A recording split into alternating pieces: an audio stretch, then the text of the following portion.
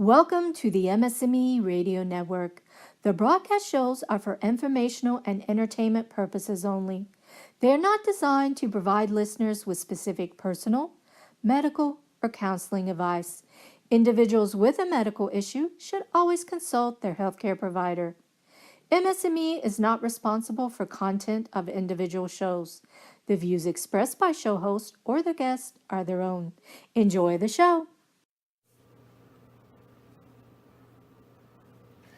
Hello and welcome to Chronically Well Club Radio. This is your host, Rebecca Naylor.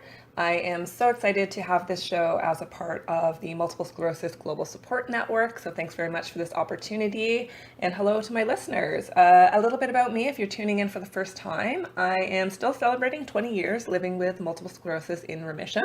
That said, I do still have day-to-day symptoms that exacerbate a little bit in response to stress. So I talk a lot about management of those symptoms and how to keep stress levels as low as possible, and do my best to really help support you, my listeners, in how to discover your own power to heal naturally and recreate your lives.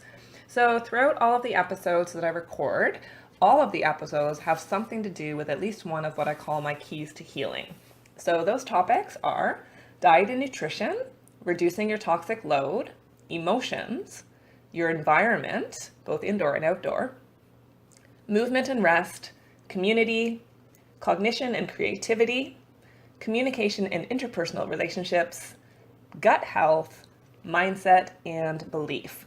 So a lot of my shows I have guests on that I'm interviewing, and today I'm very happy to welcome Nikki McKnight. Say hi, Nikki. Hello, hello. So Nikki is a practitioner of fascial stretch therapy. So during today's episode, we're going to be talking about a number of things, but primarily focusing on the idea of movement and rest, physical exercise, and recovery, specifically for persons with multiple sclerosis. So a little bit about Nikki.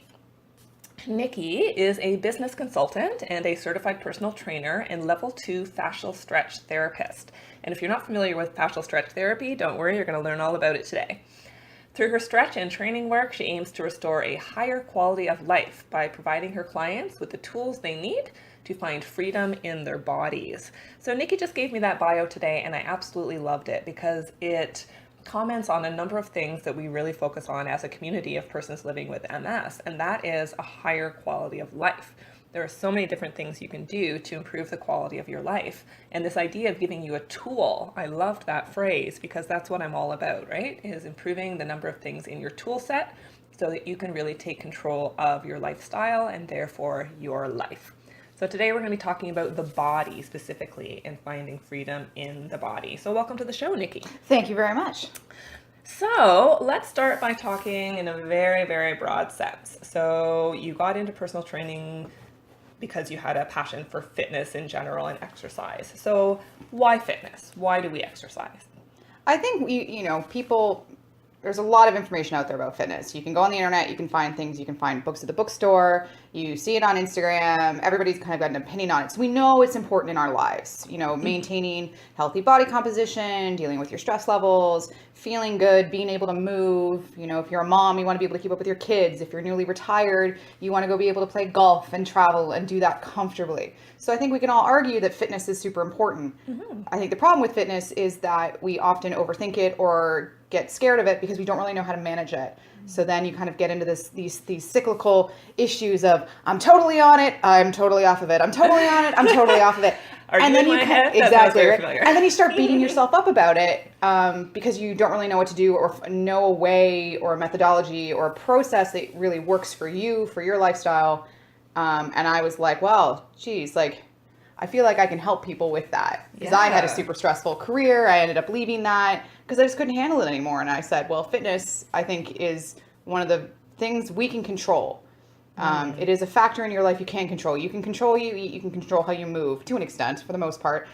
So why can't I help people learn how to control what factors they can control to make their life better? I love it. Yeah, it's sort of that fear of the unknown or the unfamiliar. Mm-hmm. It's funny, I was just talking to a friend, this is kind of off topic but interesting. I am one of those weird people that has never used Uber. I literally have, like, the Uber, if you're from a different part of the world, Uber is like a kind of taxi service that you can book on your phone and just people drive you around. I don't know why I have this fear of booking Uber for the first time. And I know that I have to do it to go to the airport tomorrow. And it's simply because I've never done it before and it's unfamiliar. It seems frightening. And I know that when I do it later today and I book it, I'm going to be like, why did I avoid that for so long? And I feel like people have that idea about exercise as well. Yeah, and we see it a lot, especially in the fitness industry. Like around New Year's, there's a lot of, there's this association with January as like, this is the year I'm going to do it. I'm going to be my best self. I'm going to go.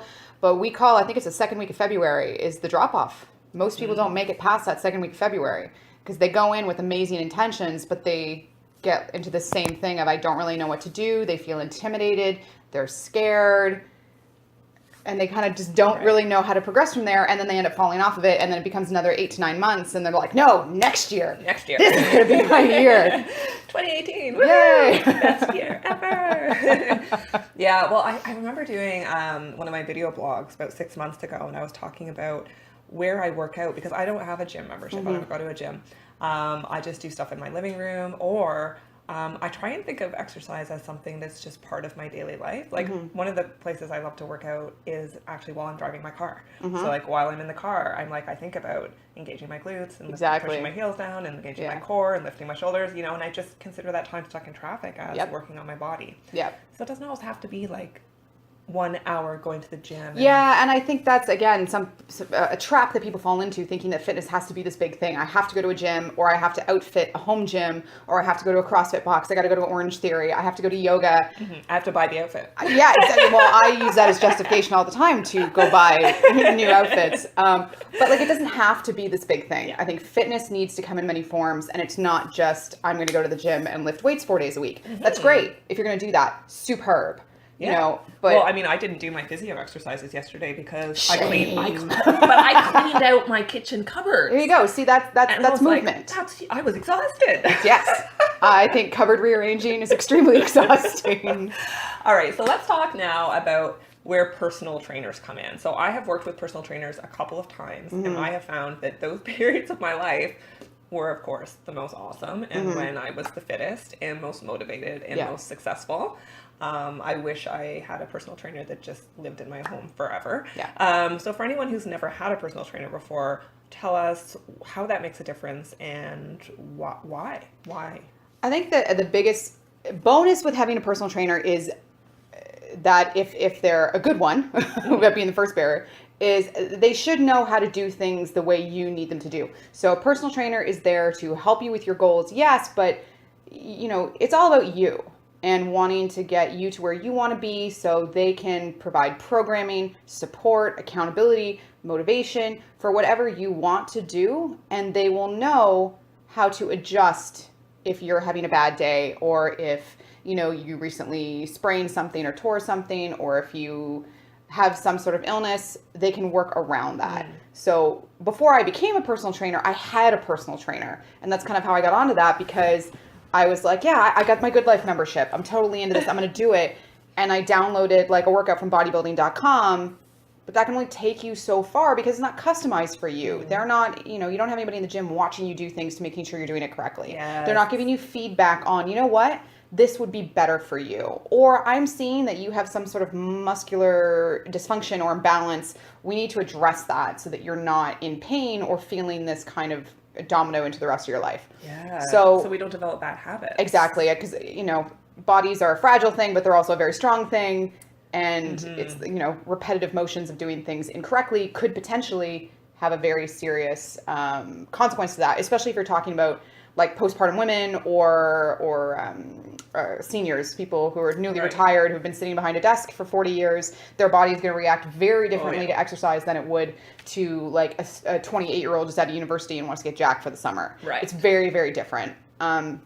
So like I loved having a trainer because I treated it like an appointment. I treated training like a meeting, which meant I never skipped it. There's a financial investment in it, which for some people is enough impetus to be like, yes, I'm going to make it. Motivates you. Right? Like, I am paying for this. So I am going to go do these things. And then you show up and you have this great session, you get this feedback, and you're like, great, crossing that off my list, off I go with the rest of my day. So it was great to have that sort of accountability. But also if I went in and I was like, oh man, I've had a really crappy day.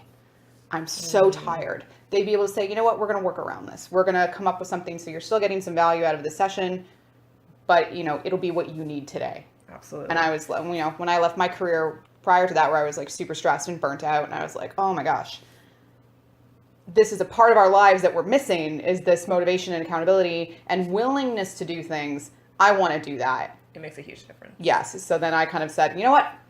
I'm going to quit the corporate life and I'm going to go be a personal trainer. And I think that really resonated with a lot of my clients because I was them. Yeah. They were people that were super stressed out, that were in this kind of like up and down, I'm doing it, I'm not doing it. And I was like, oh, I've been there. Like, let me share with you what I have done. And we had a lot of fun when we were doing that stuff. Well, the first time I worked with a trainer, I didn't understand the value of it. So to be frank, I was cheap.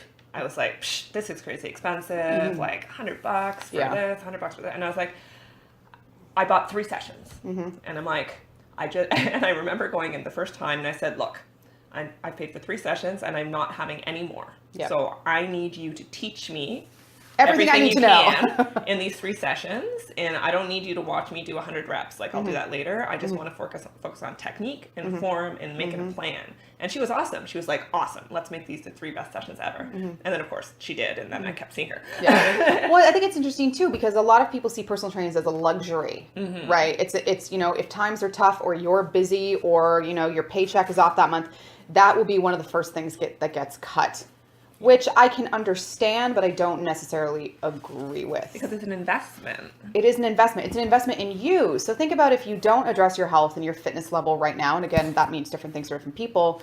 Down the road, if you get sick or injured and your body can't support you in your recovery, then you're going to be losing time off of work. You're going to be losing income, your insurance, your medical benefits. All of these things are just going to compound into, well, you know what? If you'd maybe just addressed this a little bit earlier and thought of it as a necessity to address, then maybe you could not have issues down the road. And I saw that so many times with my clients who are in their 50s and 60s, like newly retired. They're like, oh crap, I'm at home all day. Like, what am I going to do? I'm going to go to the gym. And I'd start working with them. They're like, why didn't I do this 15 years ago? Right. I could have enjoyed that vacation that I took to Italy a few years ago with my wife even more because I wouldn't be in pain after walking all day. So it's this idea of, I don't think your health is a luxury. But it's interesting that so people will say to me, oh, I don't have $100 to spend on one session with a trainer. And meanwhile, we're having this conversation over dinner that just costs $60.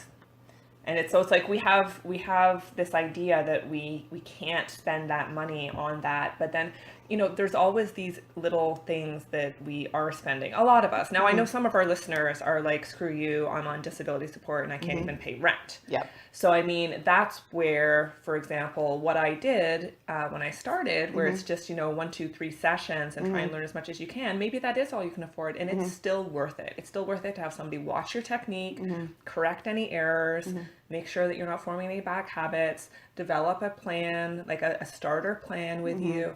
It really is worth it to try and do that, even just for a single session. I think it's definitely worth having a conversation with a potential trainer or a gym or a studio or a group training facility. Because one of the things, like as a trainer, there's a learning curve when it comes to being in the gym or doing fitness if you haven't done it before. So what we always tended to prescribe or recommend instead was, if finances are an issue, like let's have this conversation about, we'll front load your sessions. Say you can afford 5 or 10, doesn't really matter the number. Come in more frequently at the beginning so we can get this stuff into your brain and we can address it. And then once we feel comfortable, we'll give you something to do for X number of weeks and then come back in for a check-in session and then another check-in session. Because then at that point, you're still getting a lot of knowledge and a lot of tools and some learning and a place to start, but we're not just kind of sending you off into the ether to forget things or to then just be on your own. We want to keep that touch point. We want to keep you accountable and we want to keep adjusting because, if we don't spend a lot of time with you, there's only so much we can learn from you in an hour or two. We don't want to just say, this is what you're going to do for the next 3 months. We'll see you then when you get another session. We want to keep contact with you, and a good personal trainer will want to do that because things have to be adjusted, things have to be changed. And sometimes you have to get creative with benefits for our listeners. I mean, one of the things I'm doing right now is because I've just left my teaching job for health reasons because of the stress, but I still have my benefits for another month or two. So I have found a physiotherapist who is also a personal trainer. Yeah, And totally. so I'm working with them and it's covered under my benefits. So Mm-hmm. sometimes you can get creative in that way Yeah, as definitely get well. creative. And something I've learned as a trainer and as a stretch therapist is that certain insurance plans also have an option for extended benefits, which will cover things like personal trainers and stretch therapy. Basically, people who don't have like a manual practitioner license, like a physio or chiro or massage therapist, who are covered under benefits. Extended benefits covers personal trainers, nutritionists, because not dietitians, just nutritionists, Yeah. stretch therapy, kind of any of those extra modalities you can petition your insurance company to cover. So I definitely urge people to explore that options because I've definitely had clients who didn't know they had those. And then turns out, oh, great. Like, yes, we can work together for a few months because I do have money in that part Yeah. of my benefits. Great, great. So let's switch modes a little bit and talk about specifically how is personal training different for a person who might have a chronic illness. I know you told me a story about when you first started working with people with chronic illness and understanding their needs being different in terms of maybe a shorter duration of exercise with more release being added in. What does that look like? So, and this is kind of generalizing gyms everywhere. Like most gyms sell personal training in 60-minute blocks with the idea that you'll go through a warm up, you'll go through a workout, you'll go through some sort of cool down, and then a little touch point with when's the next session, what's happening next, here's something you should focus on this week. And when I first started training, I was already a fascial stretch therapist, which was something that the gym I worked at did not have. And it was very kind of interesting. It was kind of like a selling point, like, ooh, it's new, because you'd have people come in who are either suffering from chronic illnesses. I did have MS, I had fibromyalgia, I had people with cancer, and then I had people who were just post-op hip or knee replacement. So I got a lot of senior citizens very early on. And the thing with them was their body wasn't able to do 60 minutes. They needed different treatment, but we didn't want to just, spend 20 minutes having them do like warm up activation stuff and then a few exercises and then a cool down because I didn't see the value in that. I feel like I'm wasting your time, I'm wasting your money. So the biggest thing we found was that 60 minutes of activity is too much for certain people. Yeah. Their body just can't handle it. Even if they're having a good day, halfway through the session, they'd start getting super fatigued. They'd get some nerve referral pain. They'd be like, oh, you know what? I really don't think I'm going to feel good tomorrow. And it was like, okay, let's change focus. So that was kind of the biggest thing was they couldn't do 60 full minutes every time. Some days, again, they were like, boom, ready to go. Let's do full 60-minute workouts because I'm feeling amazing. Some days they'd come in and go, I almost couldn't get out of bed this morning, but I didn't want to cancel my session with you, but I am not feeling it. And that's just as equally valid. You want to be able to serve these people in a way that they need. And, you don't want to say, like, I'm just going to take your money and I'll figure out something to do just to waste this 60 minutes and, $90 to $100 of your time. So we kind of developed this way of my clients knew that if they came in, if they were having a painful day, a bad day, an off day, there'd still be value in coming in. So we'd still keep them in the schedule of working on their health and fitness, but with what they needed that day. And kind of giving them that flexibility so it wasn't last minute cancellations and they weren't being charged no-show fees and this whole thing. Right. And so you talked about giving them part of the session would be focused on rest, recovery, and then this fascial stretch therapy. So for anybody who's been listening going, what is this fascial stretch therapy? Let's just jump there for a second. So what is fascial stretch therapy? Okay, so fascial stretch therapy is a system of table-assisted stretching. It was developed back in the mid-2000s by Chris and Ann Frederick. And it's table-assisted stretching. We jokingly call it lazy yoga because basically the client comes in, lies down on a massage table, and the therapist moves them. We work with the joint capsule a lot. We work with fascia, which I'll get into in a minute. Basically, the idea is relaxing the nervous system, restoring mobility and flexibility, and just trying to get muscles and tissues to work properly again. Right. So fascia, if you're not familiar with fascia, if you think about like an orange, and if you remove the peel, that white stuff that's left, that's the fascia. So fascia in a human body is basically connective tissue. Okay. If you think of the body and all its organs and all its muscles inside of a fishing net, that fishing net is your fascia. So it is very intimately connected with muscle, tissue, organs. It, wraps everything together. So fascial dysfunction, if you think about it, is when something is super tight or inhibited, it's not moving correctly. We talk about like muscles sliding for proper movement. If the fascia is inhibited or constricted, then that's not going to happen. Is there a way you can tell whether it's fascia or muscle that is tight in a person? Not really by yourself. A therapist can tell. We Yeah. can kind of feel the difference between them. But most people, if you feel like when you put jeans in the dryer, if you're a person who puts your jeans in the dryer, when you take them out of the dryer and put them on, there's a lot of wiggling that has to happen. It's like, the pants stance to get the things on. So that's kind of the feeling we equate with when your fascia is super tight, is trying to get yourself into these tight jeans that are feeling super constricted. So that's kind of like the body feeling that we have when our fascia is super tight. But it's not really something that, if you've heard of myofascial release, where people use like lacrosse balls and things and different foam rollers, that kind of works a degree of the fascia to try to get things to slide a little bit easier. Okay. Yeah, I like that visual of the fishing net. It helps me kind of visualize it as a container that holds the muscles. And you said something interesting in a prior conversation about how, because our fascia is like, it's almost like one piece, how if something's tight in a shoulder, you can sometimes feel it in, the knee or something, because it sort of cross pulls. Yeah, and it's this really interesting concept about like interconnectivity and how everything in the body is kind of very much combined and reliant on other parts of the body. So sometimes you'll be like, oh man, my hamstrings are really tight. And you'll go see a massage therapist, or you'll be in the gym, you're gonna be, I'm gonna do a hamstring stretch. But the reality of it is, your hamstring is tight, but it's probably not just because of that. If you look, the idea of fascia being connected, and we use the term by Thomas Myers, fascial meridians or fascial lines, to show how things are connected. Your hamstring is tight, but that might be because your lower back is tight, because your upper back is tight, like your shoulders and your upper chest. So again, with this fishing net metaphor, that upper part of your back is like pinched, so it's pulling on everything. So the tension is felt in the hamstring. So you can stretch the hamstring all you want, but the reality is the problem is not your hamstring. The problem is elsewhere in the fascial net.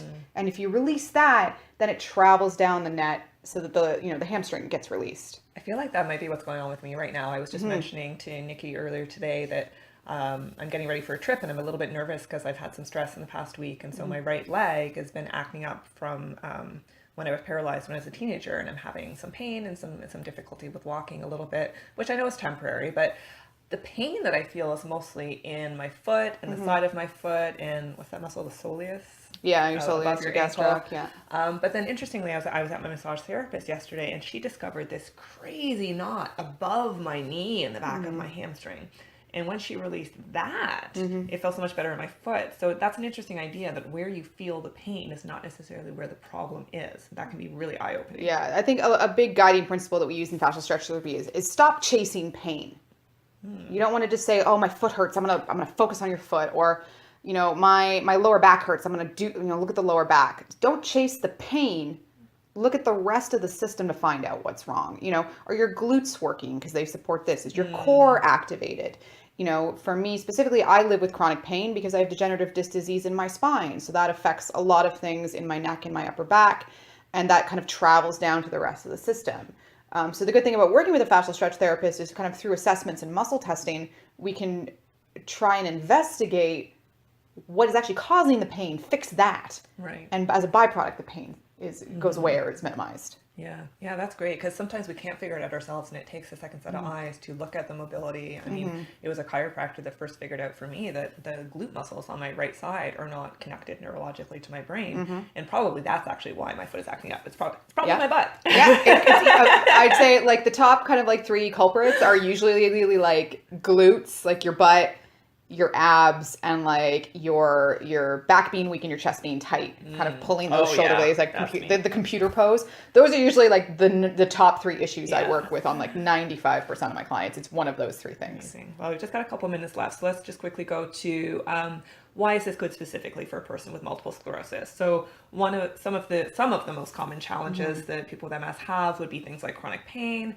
muscle spasticity and spasms, lack of flexibility and mobility, chronic fatigue, and then of course that inconsistency and unpredictability. So what would this look like for someone with MS? I think the great thing about this system is it's this idea of it's relaxing.